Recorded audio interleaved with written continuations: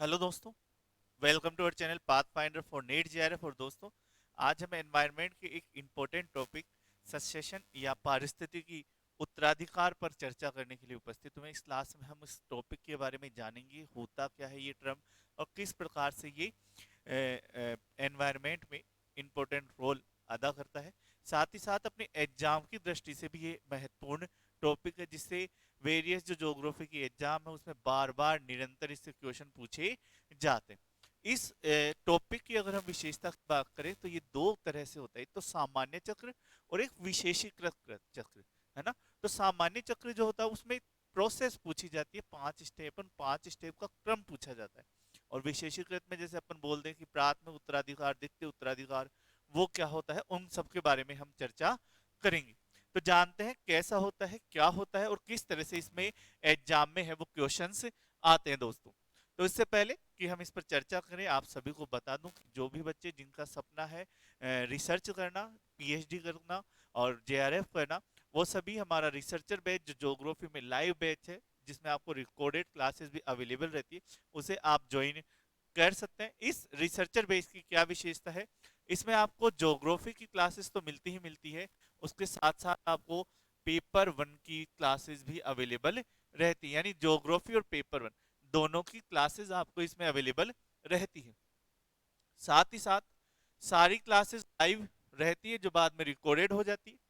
इसके अलावा इसमें आपको ज्योग्राफी की और पेपर 1 की दोनों के नोट्स भी दिए जाते हैं।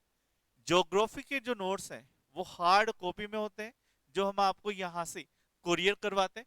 और पेपर 1 की जो नोट्स हैं वो आपको पीडीएफ के रूप में दिए जाते हैं।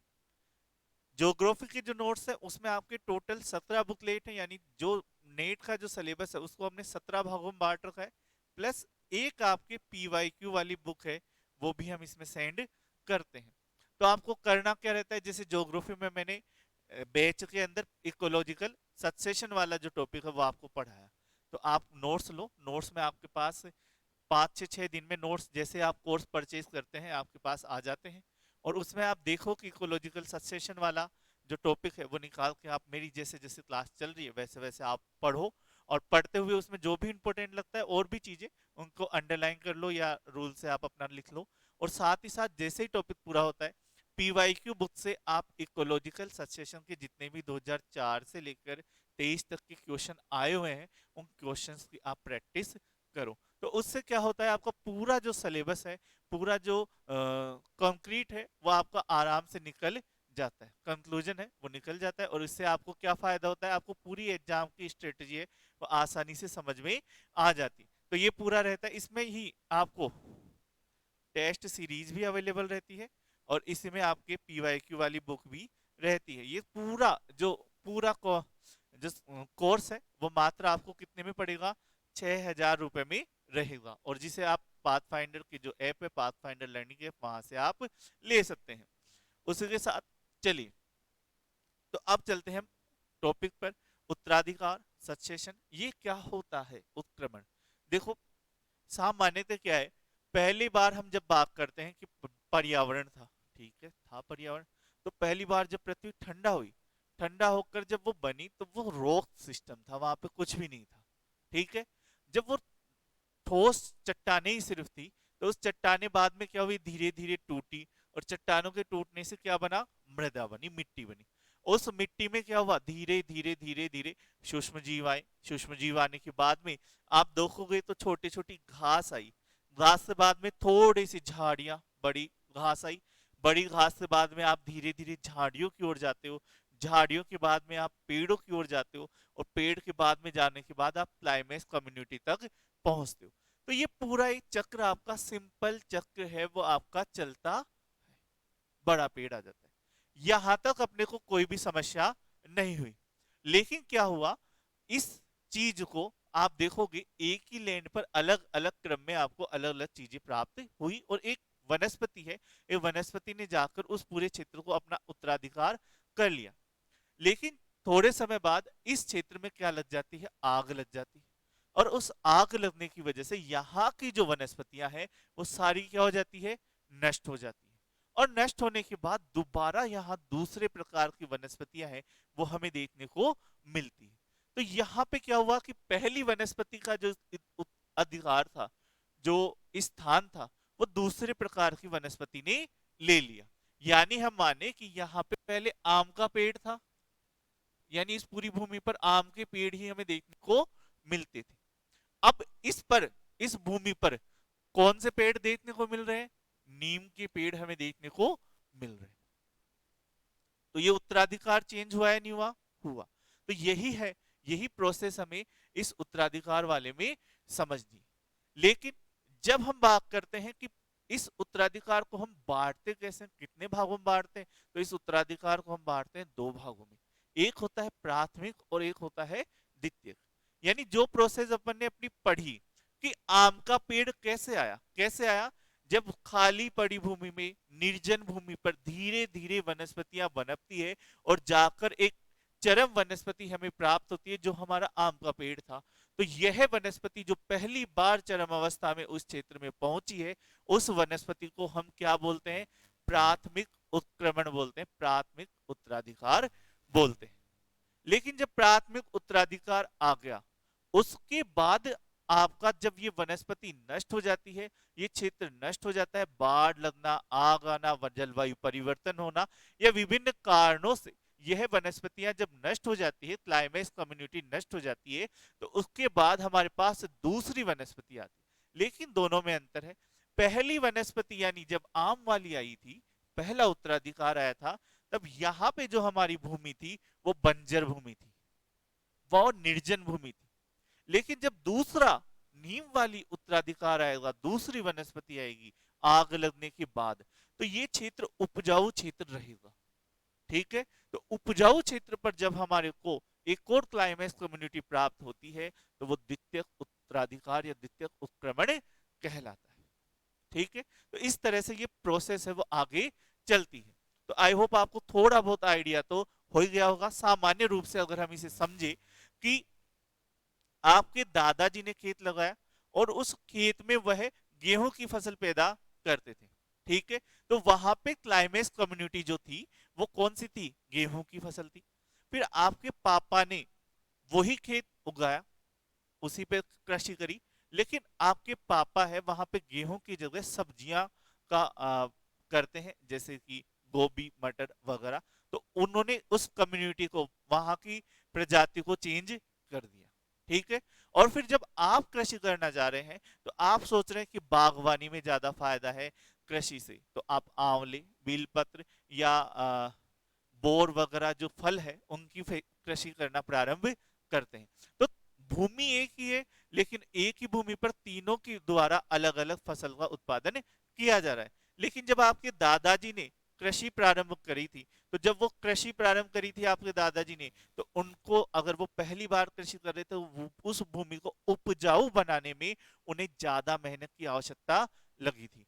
आपके पापा को और आपको, जो कि द्वितीय उत्तराधिकार में आए हो, उन्हें उस कृषि को, उपजाऊ खेत में कृषि करने का मौका मिला है। ठीक है, तो इस तरह से उत्तराधिकार चेंज होता जाता है और इसी तरह से आपके उत्क्रमण भी चेंज होता जाता है और वहां की वनस्पतियां भी चेंज होती जाती है, वहां की प्रजातियां भी चेंज होती जाती है। प्राथमिक में निर्जन भूमि से प्रारंभ होता है, द्वितीयक में जब भी प्राप्त होगा तो वो कैसा प्राप्त होगा? उपजाऊ भूमि प्राप्त होती है। ठीक है, तो इसको अपन समझते हैं कि यानी किसी खाली पड़ी भूमि या जलराशि में जैविक तत्वों का पनपना पारिस्थितिकीय उत्क्रमण या उत्तराधिकार कहलाता है। इस उत्तराधिकार के पारितंत्र में हमेशा बदलाव होता रहता है और पारितंत्र क्या होता जाता है? जटिल होता जाता है। यानी जब निर्जन था तो उसमें कुछ नहीं था, एकदम साफ पारितंत्र हमें देखने को मिलता है। लेकिन जैसे जैसे जैसे हम उसमें कृषि करते जाते हैं, वो पारितंत्र पनपता जाता है, वैसे वैसे उसमें जटिलता भी आती जाती है, प्रजातियों की संख्या उसमें बढ़ती जाती है। इसको अपन अभी समझेंगे कि प्रजातियों की संख्या कैसे बढ़ती है। ठीक है, उपक्रमण दो प्रकार के होते हैं, प्राथमिक और द्वितीयक।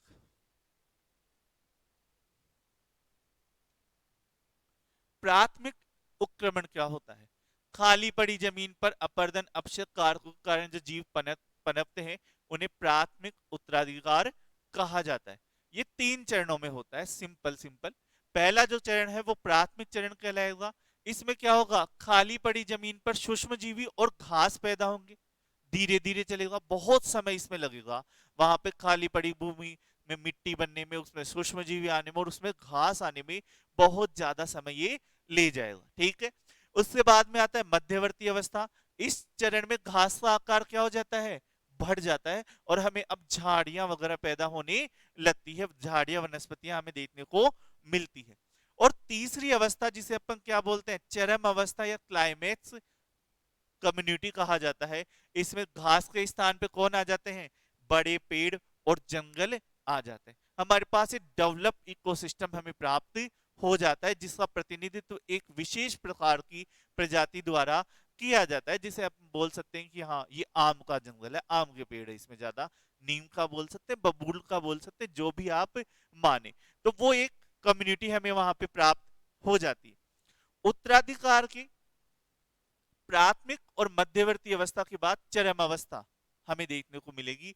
लेकिन वो चरम अवस्था तब मिलेगी जब क्या हो, सीमांत कारक अनुपस्थित हो।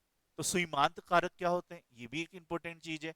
सीमांत कारक होते हैं ऐसे अजैविक तत्व जो वहां की वनस्पतियों को बढ़ने से रोकते हैं, वहां की प्रजातियों को जीवन कष्टदायी बनाते हैं। ऐसे कारकों को अपन क्या बोलते हैं, सीमांत कारक बोलते हैं, लिमिटिंग फैक्टर, सीमांत कारक, जिसे अपन क्या बोलते हैं, लिमिटिंग फैक्टर बोलते हैं। ये क्या होते हैं, अजैविक होते हैं, जैविक अजैविक होते हैं।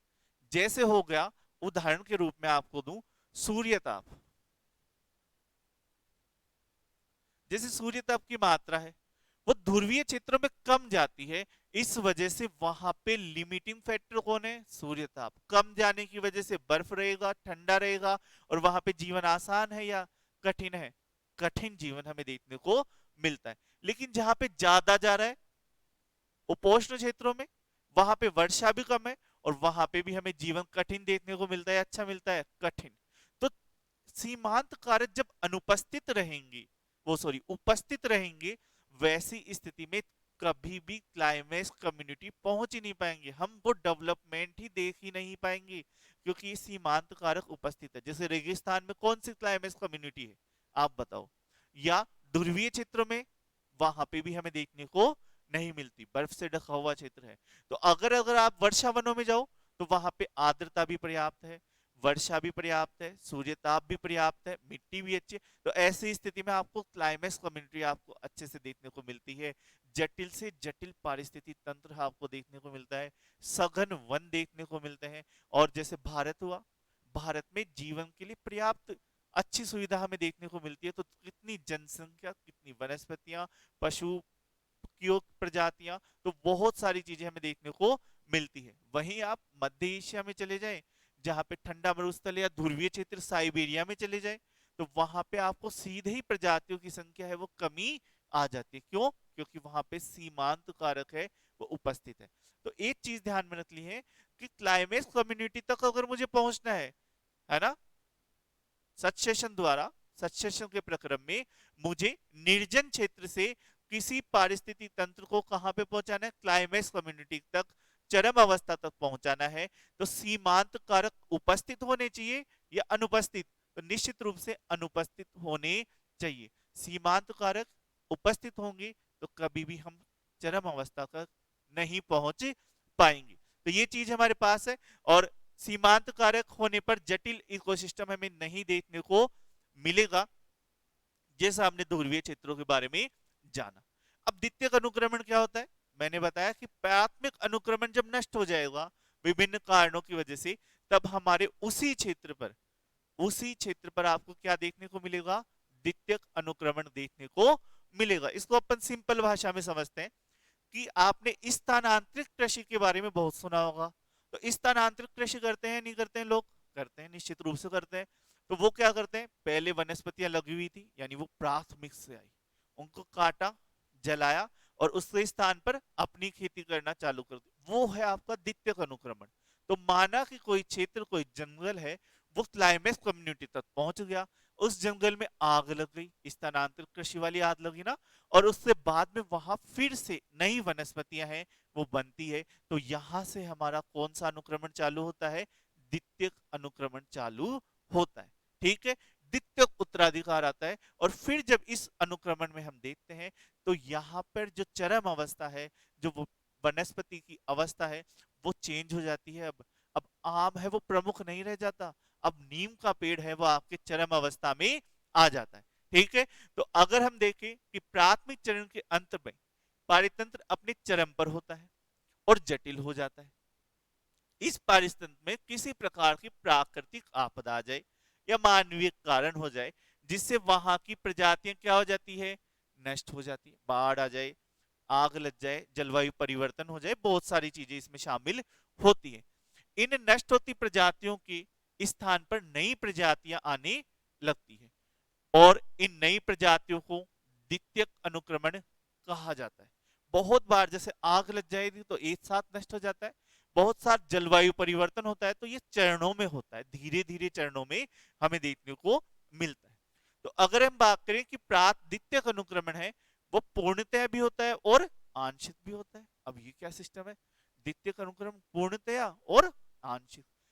पूर्णतया जब होगा तो प्राथमिक अनुक्रमण, यानी प्राथमिक अनुक्रमण जब हुआ था उस समय उस जंगल में उपस्थित एक भी प्रजाति द्वितीयक अनुक्रमण में नहीं आती है। तो ये कौन सा हो गया? पूर्णतया। समझे? यानी प्राथमिक अनुक्रमण की एक भी प्रजाति द्वितीयक अनुक्रमण में नहीं जाएगी, तो वो कौन सा हो जाता है आपका? पूर्णतया। द्वितीयक अनुक्रमण पूर्ण रूप से हो गया। लेकिन प्राथमिक अनुक्रमण की कुछ प्रजातियां जाती हैं और कुछ प्रजातियां नहीं जा पाती। निश्चित रूप से चरम अवस्था वाली जो उसको वहां की प्रतिनिधित्व वाली है, वो चरम अवस्था वाली प्रजाति तो चेंज होनी ही होनी है द्वितीयक अनुक्रमण में, पर छोटी छोटी प्रजातियां या दूसरी प्रजाति वहां पे उपस्थित हो जाती है। तो द्वितीयक अनुक्रमण में थोड़ी बहुत प्रजातियां जब आ जाती है तो ये द्वितीयक अनुक्रमण कैसा रह जाएगा? आंशिक। कौन सा हुआ ये? आंशिक अनुक्रमण कहलाता है। बिल्कुल सिंपल सा है। यानी जलवायु परिवर्तन हुआ तो एक साथ थोड़ी हो जाता है, धीरे धीरे धीरे धीरे धीरे स्टेप बाय स्टेप होता है। तो वैसी स्थिति में क्या होगा? वहां की कुछ प्रजातियां जो सर्वाइव कर जाएगी, अनुकूलन कर जाएगी, वो रह जाएगी, और कुछ प्रजातियां या क्लाइमेक्स कम्युनिटी तो नष्ट ही होना है तो वो नष्ट हो जाती है, और दूसरी प्रजाति वहां पे क्लाइमेक्स कम्युनिटी बन जाती है। तो इस प्रकार के आंशिक, जहां पे प्राथमिक की भी कुछ विशेषताएं, कुछ प्रजातियां द्वितीयक अनुक्रमण में, द्वितीयक उत्तराधिकार में अपना स्थान बनाने में सफल हो जाती है, वैसे वाला कैसा कहलाएगा? आंशिक द्वितीयक अनुक्रमण। और जिसमें पूर्ण रूप से प्राथमिक से बिल्कुल अलग एक भी प्रजाति नहीं पाई जाएगी, वो कैसा कहलाएगा? पूर्णतः अनुक्रमण आपका कहलाता है। अब द्वितीयक अनुक्रमण भी दो प्रकार के होते हैं, स्व उत्पत्ति और पर उत्पत्ति। अब ये क्या है? स्व उत्पत्ति और पर उत्पत्ति। स्व उत्पत्ति अनुक्रम उस अवस्था को कहते हैं जब द्वितीयक उत्तराधिकार में बनने वाली प्रजातियां प्राथमिक उत्तराधिकार का एक क्रमिक विकास होता है, एक अनुकूलन के माध्यम से बनती है, धीरे धीरे बढ़ते हुए है बनती है। उसी प्रजातियों में, उन्हीं क्षेत्र में अनुकूलन के माध्यम से क्रमिक विकास के दौर में हमें प्राप्त होती है। लेकिन पर उत्पत्ति में क्या होता है? द्वितीयक उत्तराधिकार में बनने वाली प्रजातियां पूर्ण रूप से क्या होती है? भिन्न होती है, उनका उससे कोई संबंध नहीं होता है। ऐसी प्रजातियां क्या हो जाती है? पर उत्पत्ति वाली हो जाती है। जैसे इसका उदाहरण देते हैं, ब्लास्ट वाटर एक कहलाता है। ब्लास्ट वाटर क्या होता है?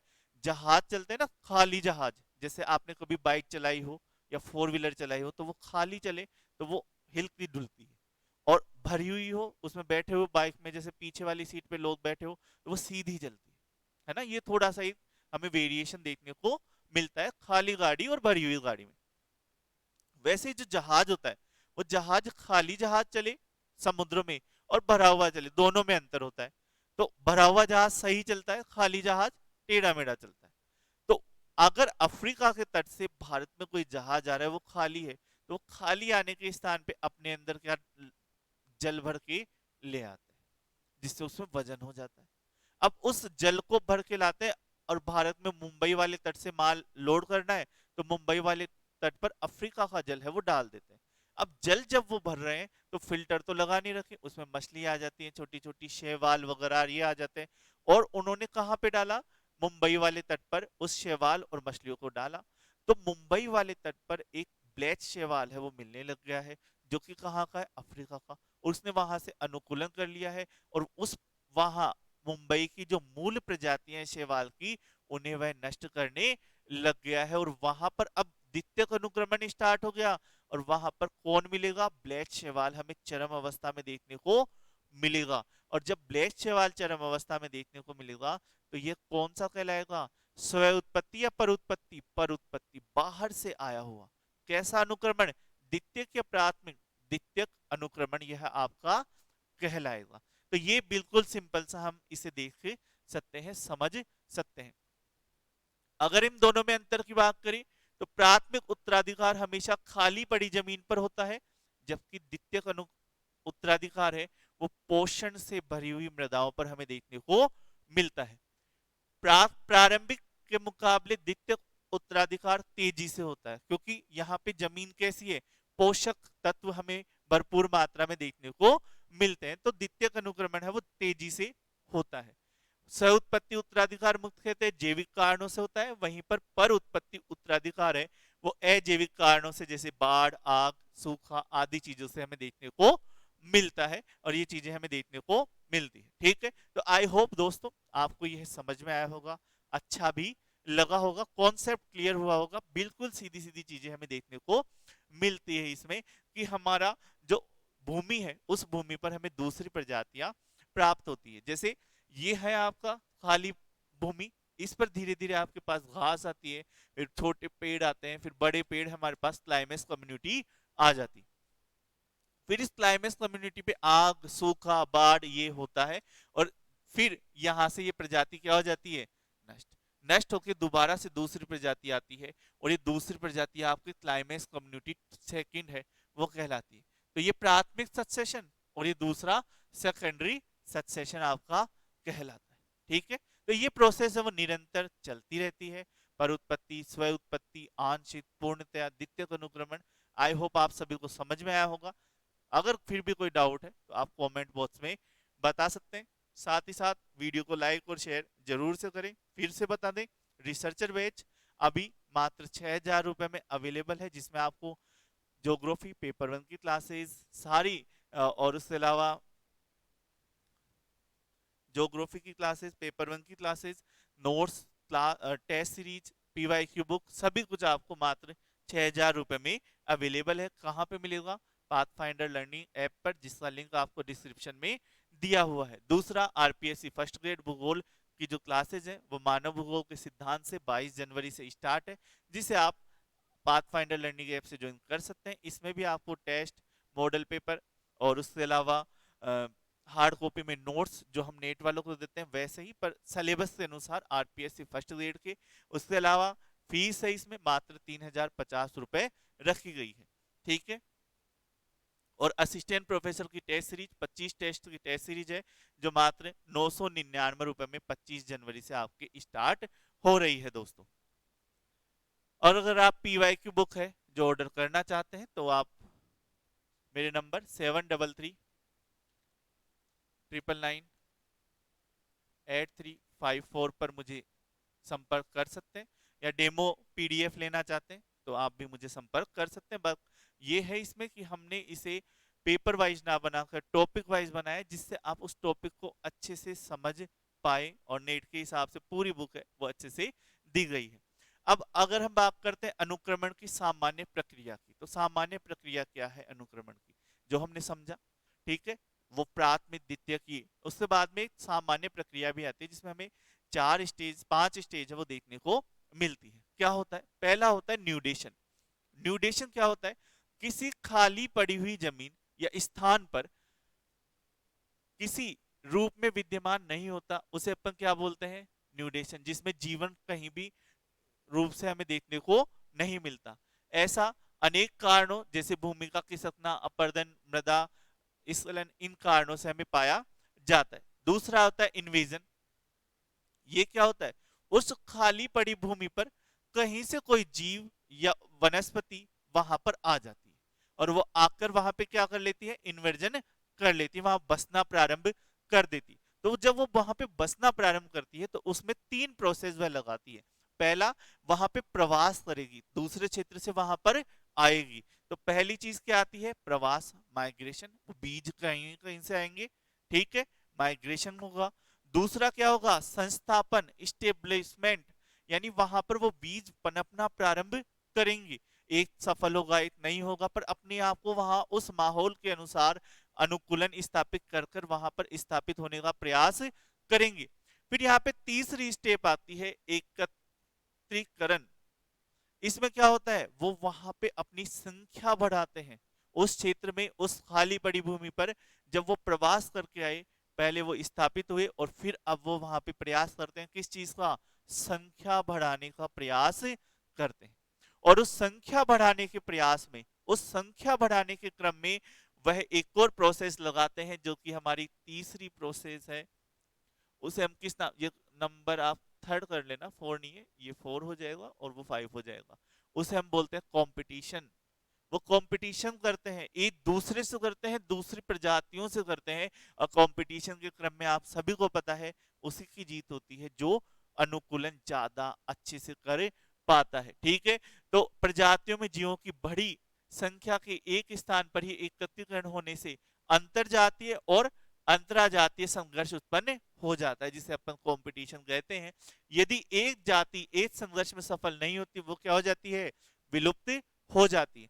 कंपटीशन होने के बाद में वो क्या करते हैं, रिएक्शन करते हैं। रिएक्शन का मतलब है जीवित प्राणियों के प्रभाव के फलस्वरूप पर्यावरण में आने वाले परिवर्तनों से प्रतिक्रिया के फलस्वरूप मृदा, जल, तापमान आदि में क्या आते हैं, बदलाव आते हैं। और इन बदलाव आने से, परिवर्तनों से पूर्व स्थापित जैव समुदाय का स्थान कौन लेता है, दूसरा स्थान जो नया आया है वो ले लेता है, ठीक है। यानी उसमें बदलाव आया, वो स्थापित हुआ, कंपटीशन में जीता और अब अपना स्थान ले लेगा वहां पे, दूसरा स्थान वह अपना स्थान ग्रहण कर लेगा और पुरानी को हटा देगा। और लास्ट में कौन सा आ जाता है, स्टेबलाइजेशन, वहां पे पूरी तरह से वह स्थापित हो जाता है। तो इस प्रक्रिया में अंत में समुदाय अंतिम रूप से स्वयं को पर्यावरण के साथ न्यूनाधिक मात्रा में दीर्घ काल के लिए क्या कर लेता है, स्थापित कर लेता है, स्थिर कर लेता है। उस भाग की जलवायु के साथ संतुलन भी स्थापित कर लेता है।